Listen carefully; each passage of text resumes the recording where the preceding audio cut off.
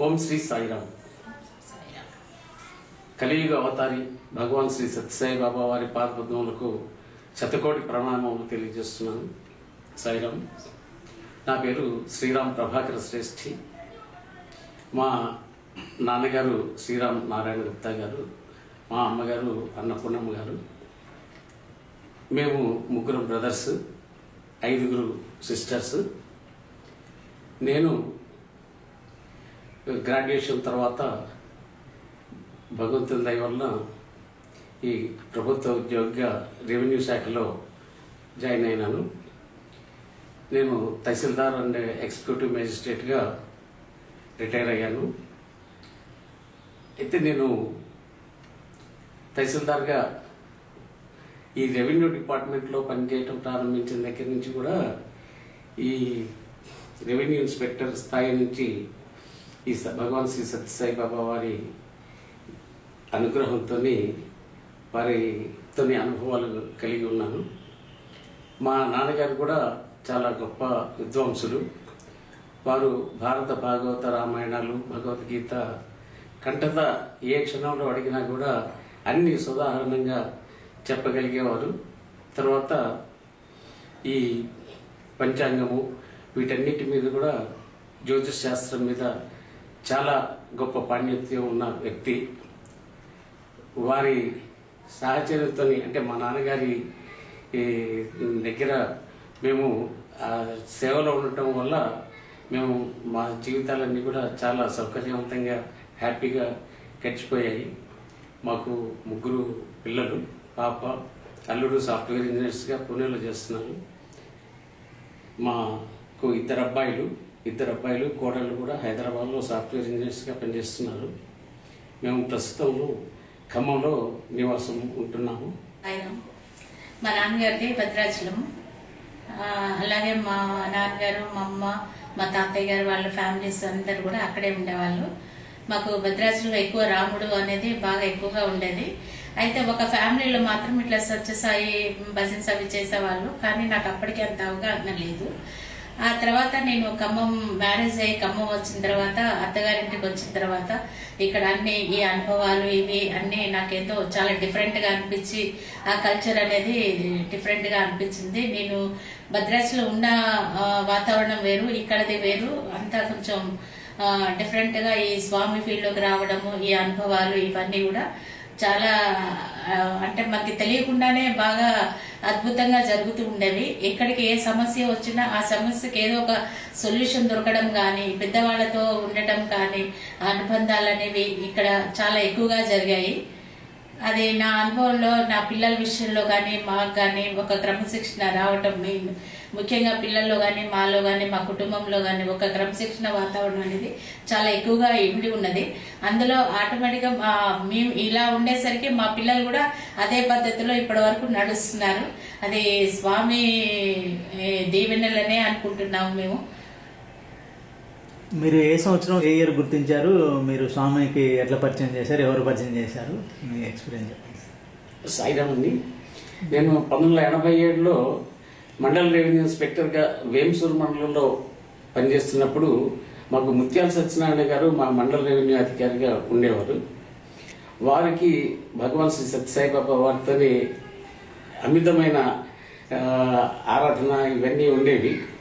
వారి ద్వారా మాకు భగవాన్ శ్రీ సత్యసాయి బాబా వారి దివ్య దర్శనం 1988లో శివరాత్రి రోజు వారు స్వయంగా మమ్మల్ని తీసుకెళ్లి భగవాన్ శ్రీ సత్యసాయి బాబా వారి దర్శనం చేయించారు. ఇది అంతా వారి చొరవగానే నేను భావిస్తున్నాను. తర్వాత ఈ ఖమ్మం సత్యసాయి సేవా సమితి ఆర్గనైజేషన్లో ఈ మన బూలె రంగయ్య గారు, బూలె వెంకటరత్నం గారు వీరు పూర్వం నుంచి ఉన్నారు. వారి కుమారుడు, కోడలు ఈ బూళ్ళె వెంకటరామారావు గారు, ఉమా గారు, వీళ్ళతో మాకు చాలా దగ్గరి బంధుత్వం ఉంది. ఈ బంధుత్వం మరియు ఈ మా యొక్క మండల రెవెన్యూ అధికారి మన ముత్యాల సత్యనారాయణ గారు వీరందరి సహృద్భావంతో మేము బాగా ఆకర్షితులై ఆ రోజు నుంచి స్వామితో మంచి అనుబంధం కలిగి ఉన్నాము. మీరు స్వామిని ఏ సంవత్సరం గుర్తించేస్తారు? అక్కడ చూశారండి మీరు? అంటే మేము 1987 నుంచే మేము సర్వీస్ కార్యక్రమాల్లో వేంసూరులో టచ్ లో ఉన్నది.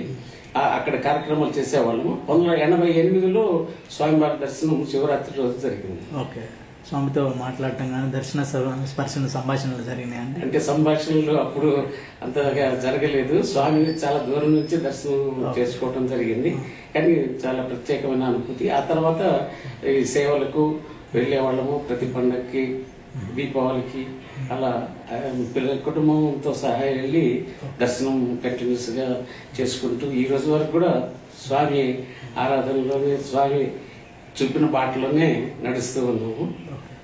మేడం గారు, మీరు ఎప్పుడు స్వామిని చూసారండి? ఫస్ట్ ఇయర్ 87 తర్వాతనే మ్యారేజ్ అయిన తర్వాత. మీకు స్వామిని పరిచయం చేసింది ఎవరండి ఫస్ట్? మీ సారే. ఓకే, అయితే 80s తర్వాత సార్తో పాటు కంటిన్యూషన్, మీరు ఎప్పుడు వెళ్ళినా స్వామి సేవలు కానీ అన్ని కంటిన్యూషన్ ఉన్నారు. ఓకే అండి, మీ ఎక్స్పీరియన్స్ చెప్పండి మేడం. మీకు స్వామి అంటే మీరు ఏ సేవల్లో పాల్గొన్న వాళ్ళు, ఎక్కడెక్కడ సేవలు చేశారు?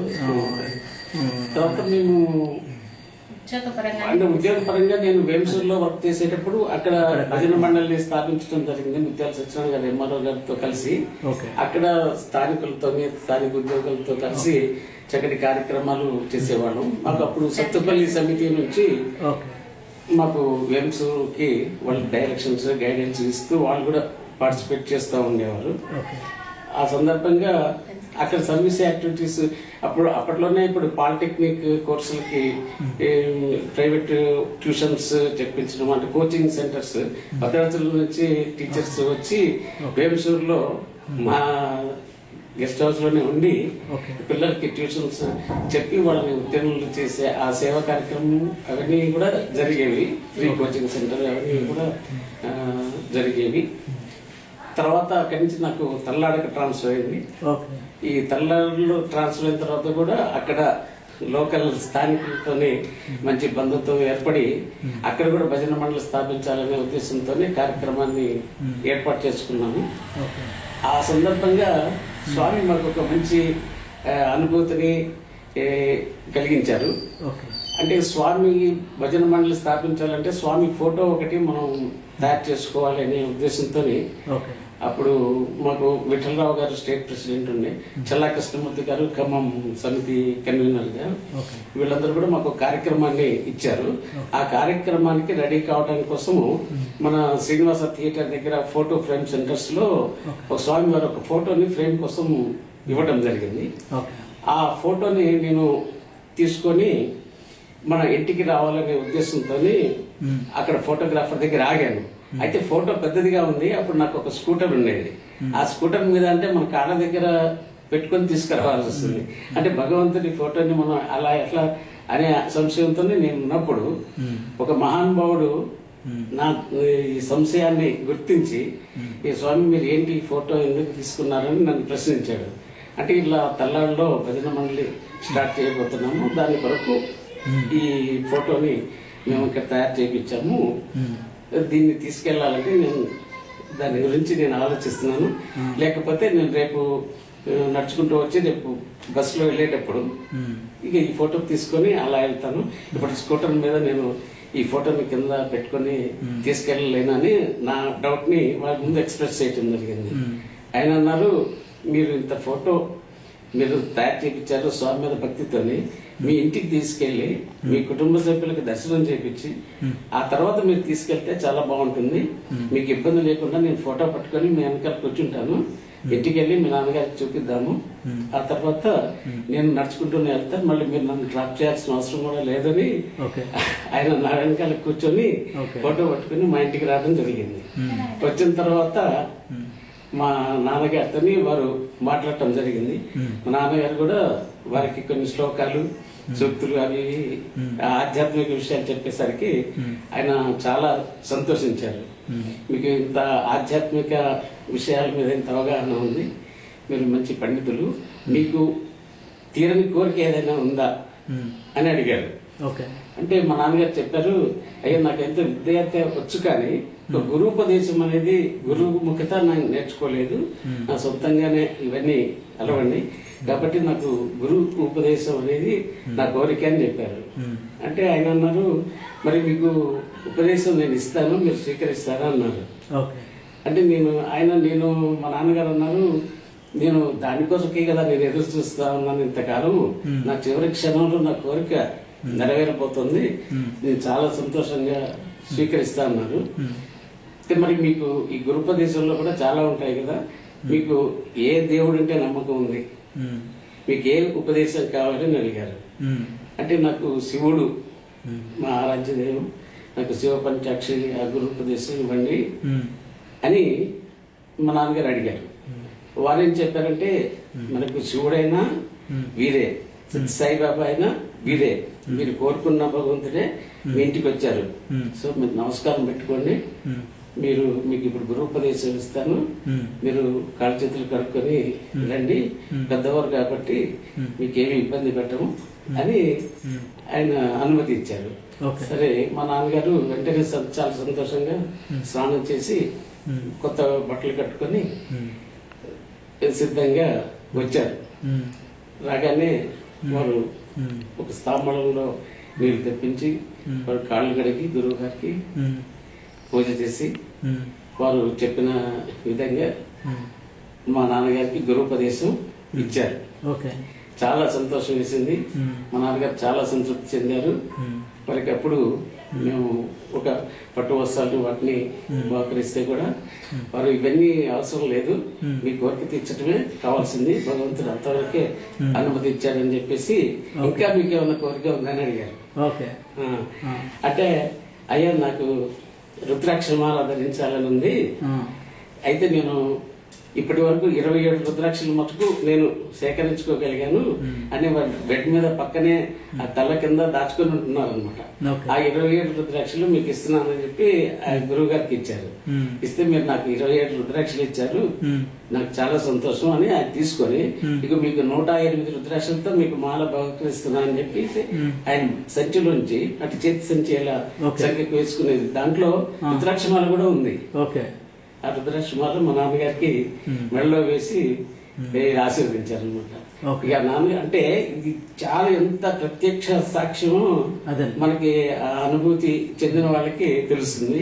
మా కుటుంబ సభ్యులందరూ కూడా దాన్ని ప్రత్యక్షంగా గమనించగలిగారు, దాన్ని అర్థం చేసుకోగలిగారు. అంటే మా నాన్నగారికి కావాల్సింది శివ పంచాక్షరి గురుపదేశం, వచ్చింది ఎవరు? శివుడి యొక్క రూపం భగవాన్ శ్రీ సత్యసాయిబాబా వారు. మరి మనం కోరుకుంటే మనం ఎంతో మంది అయ్యగారిని కనుక్కున్నా కూడా అంతవరకు మా నాన్నగారికి ఆ గురుపదేశం అనేది జరగలేదు. ఇది అసంకల్పితంగా ఆటోమేటిక్ గా జరిగిపోయింది. అంటే ఇది చాలా పెద్ద అనుభూతిగానే మేము భావించాం. ఆ రోజు చాలా సంతోషంగా వేసింది. అదే విధంగా మా అమ్మగారికి కూడా చాలా చక్కటి అనుభూతిని, స్వామి దర్శనాన్ని ఇచ్చారు. అంటే మా అమ్మగారు కూడా చాలా మంచి వ్యక్తిత్వం గల మా మనిషి. ఆమె పేరే అన్నపూర్ణమ్మ. ఎవ్వరు మా ఇంటికి వచ్చినా కూడా ముందు సాధారణంగా ఆహ్వానించి భోజనము ఈ వసతులు కల్పించి ఇంట్లో ఉన్నా లేకపోయినా కూడా ముందు ఆదరించేవాడు, ఆదరించే మనస్తత్వం కలిగిన వ్యక్తి అన్నమాట. అయితే అప్పుడు ఆమె కొద్దిగా అనారోగ్యంతో మంచంలో ఉంది. ఆమె ఇక ఆహారం కూడా సరిగా వెళ్ళట్లేదు. సాయిరాం అనే మాట అంటేనే నోరు తెరిచేది. అప్పుడు మాత్రమే మేము మంచినీళ్ళు కానీ, టీ కానీ, కొబ్బరి నీళ్ళు కానీ ఇచ్చేవాళ్ళం. అప్పుడే ఆమె మళ్ళీ క్లోజ్ చేసేది. మళ్ళీ సాయిరాం అంటేనే నోరు తెరిచేది. అది చాలా అద్భుతమైన విషయం. మా సిస్టర్స్ వీళ్ళందరూ కూడా మా ఇంట్లో ఉండి ఆమెకి ఏదైనా ఇవ్వాలి అనుకున్నప్పుడు సాయిరాం అనేవాడు. సాయిరాం అనగానే ఏ టైంలోనైనా. అయితే అప్పుడు మాకు చిన్న బాబు సాయి రాజేష్ అప్పుడే పుట్టాడనమాట. అయితే ఇక బాబుకి నామకరణం చేయాలని మా ఇంట్లో అనుకుంటున్నాము. ఈ కుటుంబం సీరియస్ గా ఉంది. ఈ పరిస్థితుల్లో చేయాలా వద్దని ఏదో మేము సాధారణంగా అసలు ఇంటి వరకు కార్యక్రమం చేసుకుందాం అనుకుంటున్నాము. ఆ సందర్భంలో ఆ ఉదయం ఒక ఈ సాధు రూపంలోనే ఉన్నాడు, అంటే 3D సాయి రూపంలో ఆ టైప్ లో ఉన్నారనమాట. వచ్చేసి సాయిరామ్ ఉన్నాడు. సాయిరామ్ అనగానే మనకి ఇంటి మేము కూడా సాధారణంగా సాయిరామ్ అని చెప్పేసి వారిని గౌరవించాము. ఆయన ఏమన్నారంటే సరే లోపలికి వచ్చారు. లోపలికి వచ్చి చూసి కొన్ని అక్షంతలు అంటే కొన్ని బియ్యం ఇవ్వండి అని అన్నారు. అంటే ఆయన చేతికి కొన్ని బియ్యం ఇస్తే అమ్మగారిని ఆశీర్వదించారు. సాయిరామ్ ఉన్నారు. ఆయన మమ్మల్ని పిలిచి ఆమెకి ఆయుష్ ఇంతవరకే ఉన్నది, మీరెవరు దిగులు పడద్దు, ఆమె భగవంతునిలో ఐక్యమైపోతుంది మీరేమి అని ఆమెని ఆశీర్వదించి, మరి మీ ఇంట్లో సందేహంగా ఉంది ఏంటి అన్నారు.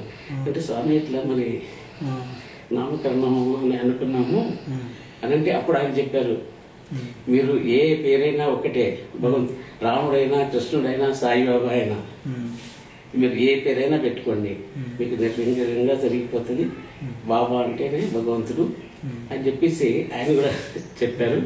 ఆయనకి ఇట్లా కానుకిస్తా అంటే కూడా తీసుకోలేదు, కేవలం ఒక 11 రూపాయల మటుకు వారు స్వీకరించి తర్వాత మళ్ళీ బయటకు వెళ్ళారు. బయటకు వెళ్ళిన తర్వాత మళ్ళీ మేము పిలుద్దామని చూసేసరికి ఇంకెవరు అక్కడ మాకు కనిపించలేదు. అక్కడ ముందుకెళ్ళి చూసినా కూడా ఇంకా మాయమైపోయారు.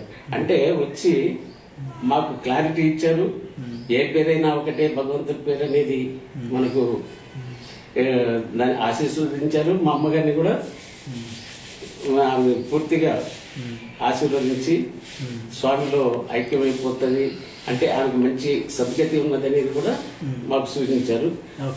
ఆ తర్వాత కొద్ది రోజులకే ఆమె స్వామిలో ఐక్యం కావడం జరిగింది. అంటే మా బాబు పేరు కూడా సాయి రాజేష్, చిన్న బాబు పేరు. ఇలాంటి అనుభవాలు తర్వాత మాకు అంటే ఈ డిపార్ట్మెంట్ల పరంగా కానివ్వండి, వ్యక్తిగతంగా కానివ్వండి, ఎక్కడ ఎటువంటి ఇబ్బందులు లేకుండా మేము స్వామి అనుగ్రహంతోనే చాలా సంతోషంగానే ఉన్నాము. అంటే ఈ స్వామి చెప్పేది ఎప్పుడు కూడా ఇప్పుడు మనం ఆచరణలో పెట్టగలిగితేనే దానికి మనం అయితే ఈ రెవెన్యూ శాఖలో ఇప్పుడు మనం భజనలకు వెళ్ళాలి, నగర సంకీర్తనలకు వెళ్ళాలి, ఇవన్నీ కార్యక్రమాలకి వెళ్ళాలంటే రెవెన్యూ శాఖలో పనిచేసే వాళ్ళకి చాలా ఇబ్బందిగా ఉంటుంది. అంటే ఎందుకంటే అవి అన్ని టైం బౌండ్ ప్రోగ్రామ్స్, మనకి ఎప్పుడు కూడా సుపీరియర్ ఆఫీసర్స్ ఉంటారు, వాళ్ళని ఫాలో అప్ అవుతూ చేసుకుంటాం కాబట్టి ఇక్కడ రెగ్యులర్ గా కార్యక్రమాలు అటెండ్ కాలేము. కానీ స్వామి ఏం చెప్పారంటే మనం చేసే సర్వీస్ లోనే ప్రేమని మిళితం చేసి చేయండి, మీరు మీ బాధ్యతగా చేసే సేవకే ప్రేమను కలిపితే అది సత్యసాయి అనుగ్రహంగా ఉంటుందని చెప్పే విషయాన్ని గుర్తుంచుకొని ఎవరు వచ్చినా కూడా సాయిరామ్ అని చెప్పేసి వాళ్ళని ఆదరిస్తూ చక్కటి సేవలు అందించడం అనేది అలవాటుగా చేసుకోవడం జరిగింది. తర్వాత నేను ఈ అఫీషియల్ కెపాసిటీలో కూడా కొద్ది సుదూర ప్రాంతాల్లో పనిచేయడం జరిగింది. ఈ ఆదిలాబాద్, ఆసిఫాబాద్, అక్కడ చాలా వెనుకబడిన ట్రైబల్స్ ఏరియా. ఈ ఆదిలాబాద్ జిల్లా ఈ ఉట్నూరు డివిజన్ నార్నూరు మండలంలో నేను తహసీల్దార్గా చేయటం జరిగింది. అది చాలా వెనుకబడిన ప్రాంతము, షెడ్యూల్డ్ ఏరియా. అంటే చాలా ప్రిమిటివ్ ట్రైబల్స్ ఉంటారు. ఇక్కడ మన దగ్గర కోయాలు ఎలా ఉంటారో అక్కడ గోండు జాతి వాళ్ళు ఉంటారు. అంటే ఇంతకన్నా కూడా ఇంకా వెనుకబడిన ట్రైబల్స్ చాలా స్కాటర్డ్ గా ఉంటాయి వాళ్ళ నివాసాలన్నీ కూడా అడవుల్లో. అయితే నేను తహసీల్దార్గా సాధ్యమైనంత వరకు వాళ్ళతో మిళితమై వాళ్ళు ఎంత సుదూర ప్రాంతాల్లో ఉన్నా కూడా వాళ్ళ ఇబ్బందుల్ని మన ప్రభుత్వం దృష్టికి తీసుకెళ్లి వాళ్ళకి ప్రభుత్వ పరంగా అందవలసిన సేవలన్నీ కూడా వాళ్ళకి అందేలాగా మా స్టాఫ్తో కలిసి ఆ సర్వీసెస్ని వాళ్ళకి ఎక్స్టెండ్ చేయటం జరిగింది. ఆ తర్వాత మళ్ళీ మన ఖమ్మం జిల్లా చింతూరు మండలంలో కూడా నేను తహసీల్దార్గా చేయటం జరిగింది. ఇక్కడ కూడా కొండరెడ్లు, ఈ కొండల మీద ఉండే వాళ్ళు ట్రైబల్స్, వాళ్ళకు కూడా మంచి సేవలు ప్రభుత్వ పరంగా ఏవైతే అందాలో వాళ్ళకి ఏ ఒక్కరు కూడా మిస్ కాకుండా పెన్షన్స్ కానీ, రేషన్ కార్డ్స్ కానీ, వాళ్ళకి అందవలసిన ప్రతి బెనిఫిట్ని, వాళ్ళకి పోటు భూములకి పట్టాలు కానీ అన్ని కూడా అందించే కార్యక్రమాల్ని ప్రేమతో సేవాభావంగా ఇప్పించటం జరిగింది. దానివల్ల ప్రజల అభిమానం కూడా పొందటం జరిగింది. స్వామి ఎప్పుడు చెప్తారు కదా, ఈ మానవ సేవే మాధవ సేవ అని. అందుకని మనం చేసే ప్రతి సేవలో కూడా ఈ మా ఆధ్యాత్మికతను జోడించి ప్రేమతో చేయటం జరిగింది. మీ ఎక్స్పీరియన్స్ చెప్పండి మేడం, మీ అనుభవాలు. మాకేంటంటే సార్ ఉండేవాళ్ళు ఎప్పుడు ఇంటి దగ్గర కన్నా ఆఫీస్ లోనే ఎక్కువ ఉండేవాళ్ళు కాబట్టి ఈ అనుభవాలు అనేది మాకు ఇవి ఇంటూ ఇట్లా చేస్తున్నందుకు సర్వీస్ అనేది కానీ ఏమైనా కానీ దీనివల్ల మాకేంటంటే చాలా సంతృప్తిగా ఉండేది. తర్వాత చాలా సంతోషంగా ఉండేది. ఈ ప్రభావం అనేది పిల్లల్లో కూడా ఏర్పడటం అనేది కూడా చాలా హ్యాపీగా ఉంది. తర్వాత మా కుటుంబంలో అటు కానీ నేను మా నాన్నగారికి ఒక్కదాన్నే అయినా కూడా అందరితో నడవడికగా మంచిగా ఉండటం కానీ చేయటం కానీ ఈ స్వామి బాటలోకి వచ్చాక ఇంకా ఆ ప్రేమలు అవి కూడా కాస్త ఎక్కువగా ఉండటం, మేము ఎక్కడికి వెళ్ళినా వెళ్ళకపోయినా కూడా ఆ అనుబంధాలు మాట్లాడుకోవడం కానీ అలా జరుగుతూ ఇప్పటివరకు అంతా మంచిగానే జరుగుతూ వచ్చాయి. ఏమన్నా మిరాకిల్స్ జరిగినాయా మేడం మీకు స్పెషల్గా స్వామికి సంబంధించి? మీరు మిరాకిల్స్ అంటే ఇది మాదంతా కొంచెం పెద్ద కుటుంబం కాబట్టి అప్పుడు ఉండే ఫైనాన్స్ కూడా కొంచెం టైట్ గానే ఉండేవి. కానీ ఒకప్పుడు అనిపించింది మనము ఇంతమంది ఉన్నాం కదా, ఒక ఇల్లు అనేది కంపల్సరీ అవసరము, ఇది మేము ఏం చేయగలుగుతామా అనేది నేను ఇంటికి వచ్చినప్పుడు అనిపించేది. కానీ మేము అలా స్వామి దగ్గరికి వెళ్ళాము. ఒకసారి దర్శనానికి వెళ్ళినప్పుడు మా చిన్న బాబు కూడా మా పెద్ద బాబు కూడా ఉండేవాడు. అయితే మీ అందరూ ఇట్లా స్వామి దగ్గర లెటర్స్ ఇవ్వడము అవి ఇవి అన్ని చేస్తుంటారు కాబట్టి, కానీ మనకి కూడా అలా అనిపిస్తుంటది కాబట్టి మేము ఒక చిన్న లెటర్ మా బాబుతోని ఆల్రెడీ ఇచ్చాము. అంటే బాబు చేతిలో లెటర్ ఉంది, మా రాజీవ్ దగ్గర మాత్రం స్వామి లెటర్ తీసుకొని దాన్ని చేశారు. కానీ మాకు అనిపించింది అప్పుడు చూడగానే ఇది కంపల్సరీగా స్వామి లెటర్ తీసుకున్నారంటే ఇది యాక్సెప్ట్ అనేది కన్ఫర్మ్ అన్నట్టుగా ఆ ధైర్యము ఆ సంతోషము అనేది మాత్రం మాకు అప్పుడు అనిపించింది. కానీ మా బాబు చిన్నోడు కదా, స్వామి లెటర్ యాక్సెప్ట్ చేయడం అంటే దానిలో ఒక నిజాయితీ ఉంది, ఒక మంచి అంటే అవసరమైన కోరిక అనేది ఉన్నది అని స్వామి యాక్సెప్ట్ చేశారనేది నాకు చాలా హ్యాపీగా అనిపించింది.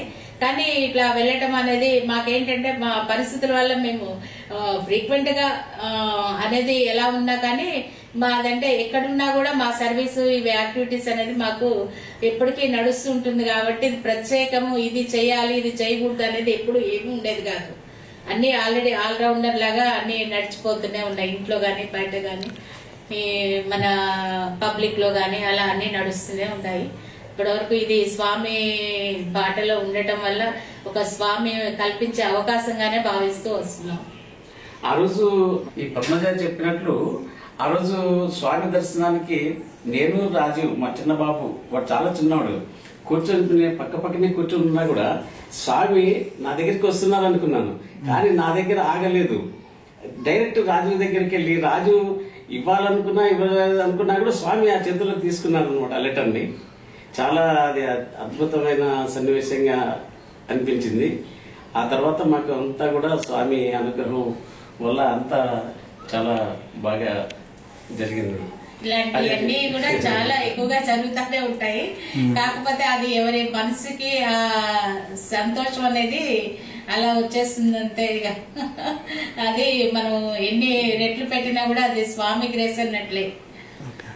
ఈ స్వామి చెప్పే సూక్తులన్నీ కూడా మనకు ఆచరిస్తేనే దాని యొక్క ఉపయోగం ఉంటుంది. అది only knowledge is not sufficient. ఆ నాలెడ్జ్ ని మనం ఎక్స్క్యూట్ చేస్తేనే మనకు ఆ ఫలితం ఉంటుంది. స్వామి ఎప్పుడు చెప్తుంటారు కదా మనకు ఈ విశ్వవ్యాప్తమైన slogan love all serve all help ever hurt never అని. అది చాలా చాలా గొప్ప విషయము. మనం అందరినీ ప్రేమిస్తే అందరినీ సేవిస్తుంటే అసలు మనకి సమాజంలో ఎక్కడికి వెళ్ళినా కూడా మనకు వ్యతిరేకత అనేది ఉండదు. అంటే మనకు ప్రతి ఒక్కరు కూడా మనని కూడా ప్రేమిస్తారు. ప్రతి దానికి కూడా రిఫ్లెక్షన్ రియాక్షన్ అండ్ రీసౌండ్ అంటారు కదా స్వామి. అందుకని మనం మంచి చేస్తే మనకు మంచి జరుగుతుంది, మనం చెడు చేస్తే కూడా మనకు చెడు జరుగుతుంది. కాబట్టి మనం ఎప్పుడు కూడా స్వామి టీచింగ్స్ నమ్ముకొని వాటిని ఆచరణలో పెట్టే విధంగానే మనం ముందుకు వెళ్ళాలి. స్వామి అనుగ్రహంతోని నాకు ఒక 2 బుక్స్ అంటే కంపైల్ చేసి ప్రజెంట్ స్వామికి సమర్పించుకునే అవకాశాన్ని కూడా నాకు ఇచ్చారు. అంటే స్వామి ప్రతి సందర్భంలో చెప్పే కొటేషన్స్ని ఇంగ్లీష్లోను తెలుగులోను స్వామి చెప్పిన వాటిని యథావిధిగా ప్రింటింగ్ చేపించి అంటే కంపైలేషన్ చేసి ఈ స్వామి పాదాలకు సమర్పించడం జరిగింది. అది ఏ collection of Phelps from the divine discourse of భగవాన్ శ్రీ సత్యసాయిబాబా అనే ఒక పుస్తకం. తర్వాతనేమో ప్రతి ఫెస్టివల్ సందర్భంగా కూడా స్వామి ఆ ఫెస్టివల్ యొక్క అంతరార్థాన్ని అంటే ఇన్నర్ సిగ్నిఫికెన్స్ని మనకు చెప్తా ఉంటారు. ఆయన చెప్పిన వివిధ సందర్భాల్లో వివిధ పండుగల గురించి మనకు చెప్పిన దాన్ని ఫెస్టివల్స్ అండ్ ఇన్నర్ సిగ్నిఫికెన్స్ అనే ఒక బుక్ కూడా స్వామి పాదాల చెంత సమర్పించడం జరిగింది. అవి ఎన్ని పుస్తకాలు ఇచ్చారు సార్? అది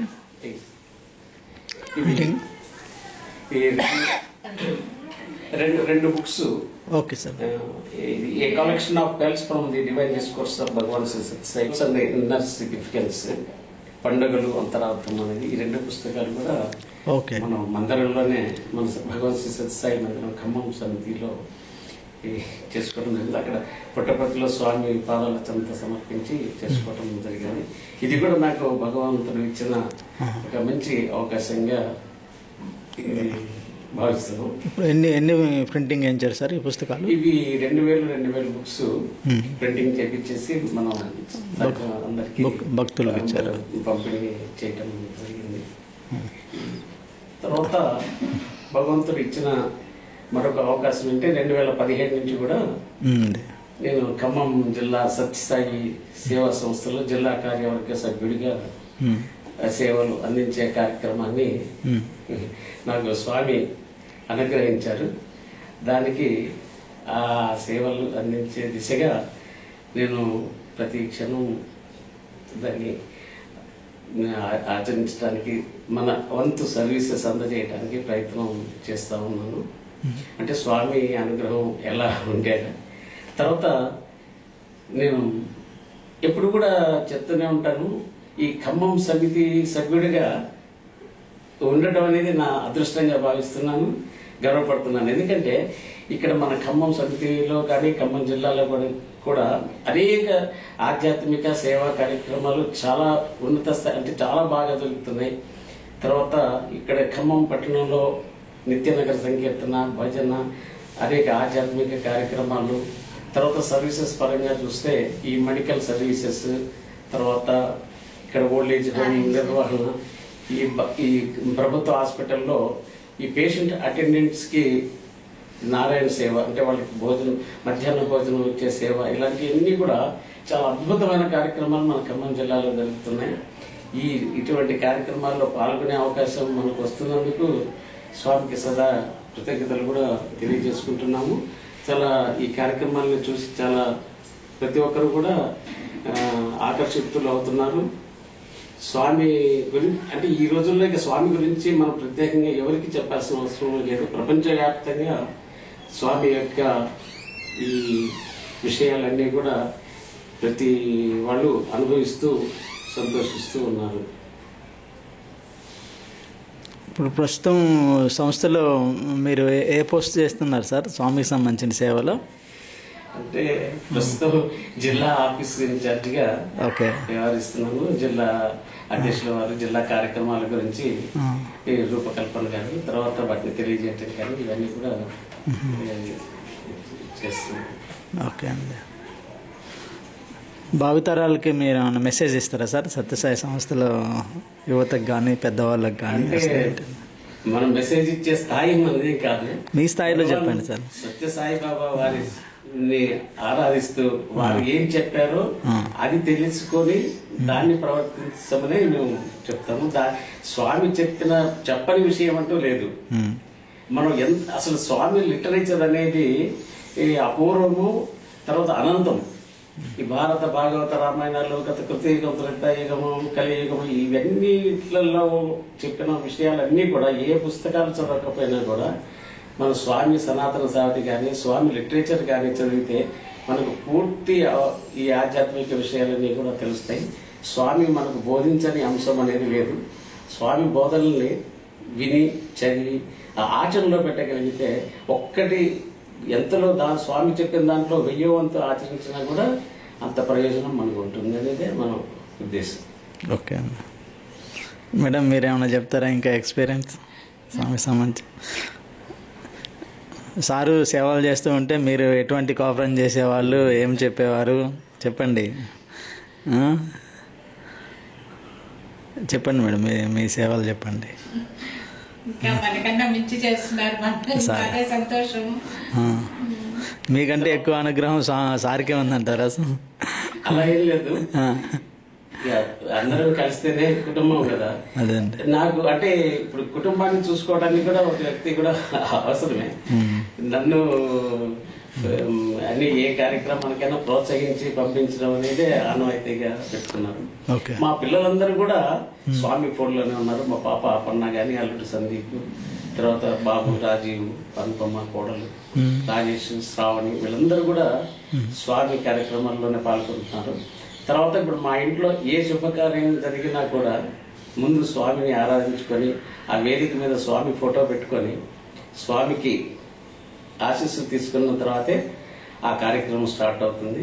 స్వామికి హారతి సమర్పణతోనే ఆ కార్యక్రమం ముగుస్తుంది. అది ఒక ఆనవాయితీగా నడుస్తూ ఉంది ఇప్పటి వరకు. పెళ్లిళ్ళైనా, రిసెప్షన్స్ అయినా, ఏ చిన్న కార్యక్రమం అయినా, అన్నప్రాసనలు అయినా, ఏదైనా సరే ముందు స్వామి ఫోటో మన డయాస్ మీద ఉండాల్సిందే. స్వామి ఆశీస్సులతోనే కార్యక్రమం ప్రారంభం అవుతుంది. ఎలా ఉంది సార్ స్వామి సంస్థలో పనిచేసినందుకు? మీరు రిటైర్డ్ అయిన తర్వాత ఇప్పుడు ఎలా ఉంది స్వామి యొక్క అనుభూతి? చాలా సంతోషాన్ని అనుభవిస్తున్నాము. ఓకే. అంటే మరి ఈ ఎందుకంటే ఎప్పుడు మనకు ఒక ఈ విషయంలో నేను ఈ ఇబ్బంది పడ్డాను అనేది లేదు. ఓకే. సో ఎప్పుడు కూడా మనం సంతోషంగా, ఇప్పుడు ఎంత కోటీశ్వర్లకైనా కూడా ఆ సంతోషం ఉండకపోవచ్చు. వాళ్ళకి ఆ సంపాదన మీదనే ఉండొచ్చు, లేకపోతే ఇతరతర ఇబ్బందులు ఉండొచ్చు, కుటుంబపరమైన ఇబ్బందులు ఉండొచ్చు. కానీ మాకు ఉన్నంతలో ఎంత హ్యాపీగా ఉన్నామంటే స్వామి యొక్క అనుగ్రహంగానే మేము భావిస్తున్నాము. ఇబ్బంది వచ్చినా వెంటనే సొల్యూషన్ దొరుకుతుంది, మెయిన్ అది కాన్సెప్ట్. అలా అనుకుంటున్నాం మేము. ఇంకొక విషయం చెప్పొచ్చు లేదా కానీ, అంటే ఈ కరోనా టైంలో నేను కూడా చాలా తీవ్రమైన ఇబ్బంది ఎదుర్కోవడం జరిగింది. అంటే ఇద్దరం ఒకేసారి గురి కావడం జరిగింది. అయితే పద్మజ ఒక వారం రోజుల్లో కోలుకున్నది. నేను దాదాపు 25 days ఐసీయూలో ఉన్నాను. ప్రతిరోజు డాక్టర్ రేపు గడిస్తే చెప్తాము అనే రిప్లై 25 రోజులు అట్లాగే గడిచింది. పిల్లలు కూడా ఎంతో ఇబ్బంది పడే ప్రతిరోజు ఆ టైంలో ఆ సిచ్యుయేషన్ అనేది అందరికీ అనుభవమే. అయినా కూడా పిల్లలు స్వామి మీద ఉన్న భక్తితోని, ఆ ధైర్యంతో ముందుకు వెళ్ళారు. నేను కూడా ఏం చేశానంటే స్వామి ఫోటో, విభూతి పాకెట్ నా బెడ్ మీదే పెట్టుకున్నాను. ప్రతిరోజు డాక్టర్ గారు వచ్చి స్వామి గురించి అడిగేవారు నన్ను ప్రశ్నలు, స్వామి గురించి నేను చెప్పేవాడిని. ఆయన నన్ను ఏమి అడగకపోయేవారు. మన ఉన్న ఇబ్బంది గురించి, శారీరక ఈ పరిస్థితి గురించి ఆయన నన్ను కన్సల్ట్ చేయకపోయేది. అంటే నన్ను ఆ విధంగా, అంటే ఆయన నన్ను చూడగానే దాన్ని బట్టి చూసి ఆయన లాస్ట్ మొత్తం ట్రీట్మెంట్ అయిపోయి మొత్తం కోలుకున్న తర్వాత 25 రోజుల తర్వాత మళ్ళీ ఇంటికి వచ్చిన తర్వాత కూడా దాదాపు ఒక నెల రోజులు మెడికల్ ట్రీట్మెంట్ జరిగింది. ఆయన చెప్పారు, మా మెడికల్ గా మేమేం చేయలేకపోయామండి, మీకు ఎంత ఖర్చు అయింది, కష్టమైంది, మీరు నమ్ముకొని మీ బెడ్ మీద పెట్టుకున్న భగవాన్ శ్రీ సత్యసాయి బాబా వారే మిమ్మల్ని కాపాడారు. కానీ మా మెడికల్ డాక్టర్స్ అంటే మేము నామాత్రంగా మేము మెడిసిన్స్ ఇచ్చాం, మేము ఫీజు తీసుకున్నాం, కానీ మిమ్మల్ని కాపాడింది మటుకు మీ కాన్ఫిడెన్స్, మీ స్వామి మీదే. అందుకే నేను కూడా రోజు మిమ్మల్ని ఆ విధంగా స్వామి గురించి అడిగి మీ ద్వారా చెప్పించుకొని మీలో కాన్ఫిడెన్స్ ని ఆ స్వామి అలా ఉంచారు. అదే మీ యొక్క మీరు ఆ టైంలో కోలుకోలేని వాళ్ళు చాలా మంది ఉన్నారు. మళ్ళీ మా యథాస్థాయికి స్వామి అనుగ్రహంతో బయటకు వచ్చాం. మళ్ళీ స్వామి కార్యక్రమాల్లో, ఎందుకంటే మనం లైఫ్ ని రెన్యూ చేశారు కాబట్టి స్వామి ఇచ్చిన లైఫ్ ని మళ్ళీ మనం యూటిలైజ్ చేసుకోవాలనేదే మా యొక్క కోరిక. ఓకేనా సార్? మరి Sairam madam, Sairam. Thank you అండి, సాయిరామ్.